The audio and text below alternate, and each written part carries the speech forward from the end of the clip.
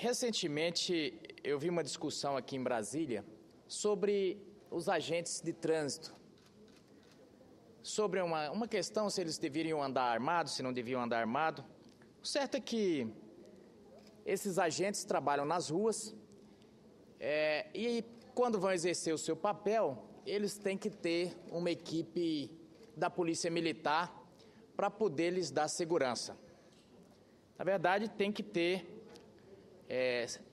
com todo respeito pela classe, mas tem que ter uma babá para ficar cuidando deles ali, devido à segurança, que é um trabalho de periculosidade. Eu entrei até com um projeto, que o projeto é no sentido de que, se existe a atividade de policiamento de trânsito, se é o mesmo Estado que contrata esses agentes, é o mesmo Estado que contrata os PMs, os policiais militares, então não vejo por que o Estado pagar duas vezes, que possa treinar também esses agentes, de repente até na mesma academia, e que eles próprios possam cuidar da sua própria segurança, para que a gente não tenha que ter resserviço e uma equipe da Polícia Militar que de repente estaria cuidando da segurança em outro local, ter que ficar cuidando dos agentes que vão cuidar do trânsito.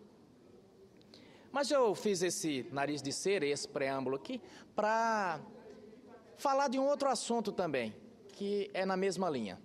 Se trata sobre os agentes carcerários, ou como se conhece a polícia, como eles querem tanto e sonham, a polícia penal. Hoje nós temos em cada presídio do país, tem que ter também a segurança ali da polícia militar, da polícia civil, para dar segurança aos agentes carcerários que estão ali nos presídios. De forma que existe uma reivindicação desse público, senhor presidente, há muito tempo, que eles possam ser inseridos no artigo 144 da Constituição Brasileira, qual seja o artigo que institui a segurança pública no Brasil. Porque, de fato, são policiais. Eles são policiais e, de fato, numa atividade de alto risco, porque o policial, quando faz uma prisão, ele tem um convívio, vamos dizer, convívio entre aspas, mas ele fica ali com o meliante, com o bandido, por pouco tempo, até levar para o flagrante e até que ele seja enviado para o presídio. Mas o carcereiro, ele fica ali o tempo inteiro, todos os dias, e por vezes corre risco em sua segurança. Então, eles têm uma demanda e encontra-se parada na Câmara dos Deputados há 5 anos essa proposta de emenda constitucional que muito poderia aperfeiçoar a estrutura da segurança pública no Brasil. Trata-se da PEC 308, de autoria do deputado Nilton Lima, que procura criar a Polícia Penal Federal e as polícias penais estaduais. É uma questão da qual não podemos mais fugir, senhor presidente. Ela existe de fato. Na verdade, eles existem. São mais de 70 mil espalhados pelo país. Sabes que não há um regime comum nos estados e na União para os agentes que desempenham atividades penitenciárias. Na maioria dos estados brasileiros, quem faz a segurança externa dos estabelecimentos prisionais são os policiais militares. Mas em vários estados, essa é uma atribuição da Polícia Civil. Do lado de dentro dos presídios, o trabalho é normalmente executado pelos agentes de custódia, que não têm, porém, prerrogativas policiais e constitui, por isso, o elo fraco da cadeia. Na verdade, são tratados como se fossem porteiros, mas sem nenhum demérito à atividade de porteiro, senhor presidente. É que eles exercem uma atividade de alto risco. As inúmeras rebeliões a que temos assistido recentemente em Pedrinhas, no Maranhão, em Ji-Paraná, em Rondônia, em Cascavel e Maringá, no Paraná, em Caicó, onde eu nasci, senhor presidente, e Natal, no Rio Grande do Norte, são evidência de que o modelo penitenciário brasileiro merece e deve ser profundamente repensado. A PEC, essa proposta de emenda constitucional número 308, nos oferece essa oportunidade. A proposta tem o mérito de legitimar o trabalho dos agentes penitenciários e padronizar as atividades em nível nacional. Se aprovada, permitirá a formação de uma carreira própria composta por policiais, escoltas, peritos, legistas, escrivães, assistentes sociais e psicólogos especializados na execução penal, seja em relação aos que cumprem sentenças de reclusão em instituições penais, seja em relação aos que permanecem nas carceragens das delegacias durante os processos judiciais. Vossa Excelência, com certeza, no seu Estado, deve saber que no seu Estado não é diferente. Cada vez que o juiz precisa ouvir algum preso, lá se vai o comboio, parece uma caravana da Presidência da República, quando a presidente chega à cidade. Você vê para o trânsito toda aquela coisa, a polícia militar, quando você vai ver, quando vai se ver é o preso que está vindo, e aí é aquele comboio, um carro da polícia militar para dar segurança, um carro dos agentes penitenciários, dos agentes de custódia, quando poderíamos otimizar esse recurso. É muita gente, senhor presidente. Segundo o Conselho Nacional de Justiça, a população carcerária brasileira era de 711.463 presos em maio de 2014, aí incluídas as 147.937 pessoas em prisão domiciliar. São mais de 550 mil pessoas em regime fechado ou no semiaberto. Se contarmos os mais de 350 mil mandados de prisão em andamento, nossa população prisional saltaria para mais de 1 milhão de pessoas. É preciso que nosso sistema penal corresponda ao gigantismo desse desafio. Aliás, se tem uma coisa que é precária no Brasil, é o sistema prisional. Porque a grande verdade, senhor presidente, é que meio que no inconsciente da população brasileira tem assim, olha, joga para lá, eu não quero nem saber como é que está funcionando. Às vezes, um ou outro se preocupa ainda com esse sistema prisional, ou com a qualidade dos presídios, ou com o serviço que se presta lá, quando é algum parente da gente. Eu já vi fiquei até sabendo pela imprensa que alguns presídios de Curitiba receberam reformas, aliás, muito bacana agora, quando teve esses presos ilustres ali. Então, na verdade, o país meio que joga para debaixo do tapete e o sistema prisional nosso é um caos. Eu estou aqui citando sobre Uma parte, sim, por favor. com muito... A situação do sistema prisional brasileiro é dramática, né? Desses mais de 700 mil presidiários, cerca de 350 não foi sequer julgado ainda. O cara está preso, né? Alguns já cumpriu a pena, não saiu, outros não foram nem julgados e estão presos. O que é mais triste disso tudo é que mais de 250 mil desses são jovens de 18 a 28 anos, né? E quando a gente entra numa penitenciária, esses jovens têm cor e classe, todos praticamente negros e pobres.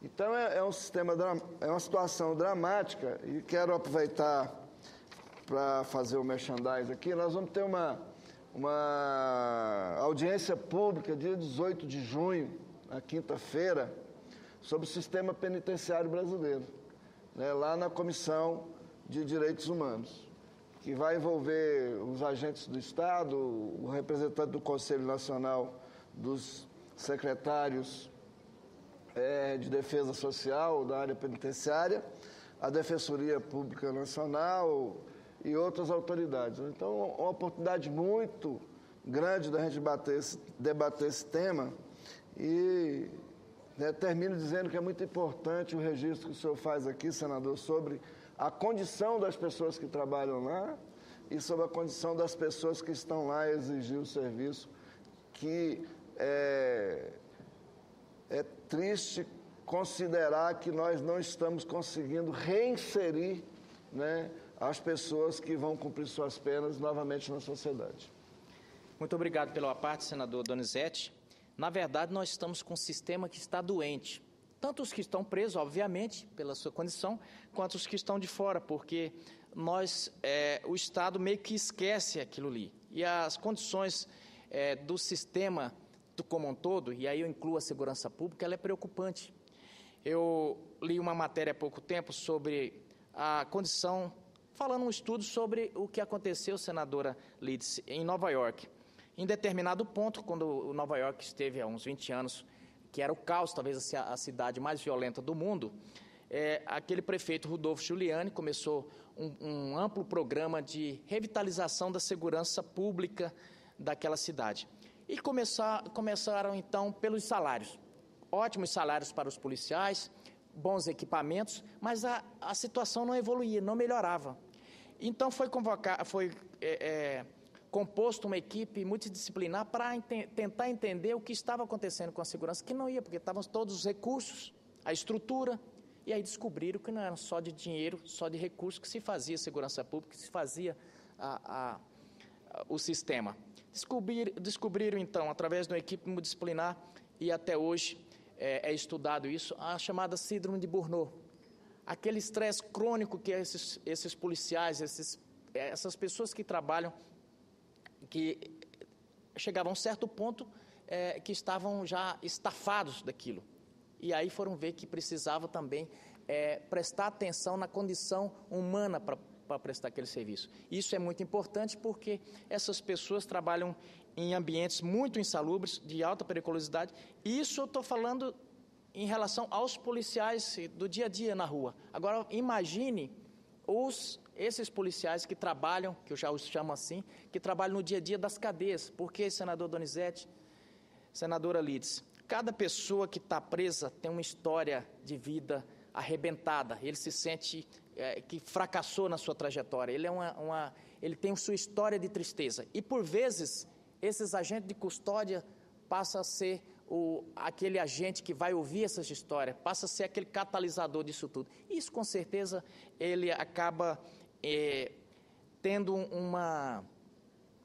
ele atinge aquela pessoa também, porque nós não somos simônios, nós somos seres humanos. Então, é com a preocupação com esses profissionais, senador Donizete, que tenho aqui, fazendo esse apelo para que a Câmara dos Deputados possa ver e colocar para votação. A Câmara dos Deputados, e não quero fazer crítica à Casa Irmã, que tem tido um protagonismo de colocar matérias, que possa colocar essa também, uma matéria importante. Essa PEC tem esse mérito de poder resgatar a dignidade desses agentes. Ao constitucionalizar a polícia penal, a proposição nos dá instrumentos para tornar o modelo penitenciário mais eficiente, mais eficaz e, por isso mesmo, mais justo, e liberar, para promover mais segurança nas ruas, uma parcela considerável dos efetivos das polícias civis e militares que exercem hoje as atividades carcerárias. É um contingente que nos tem feito cada vez mais falta, porque afastado para a guarda de presos, quando deveria estar provendo a segurança da população em atividades de policiamento ostensivo ou na apuração das infrações penais. No entanto, e em que pese o mérito e a urgência da proposta, a PEC 308 está parada desde 2010.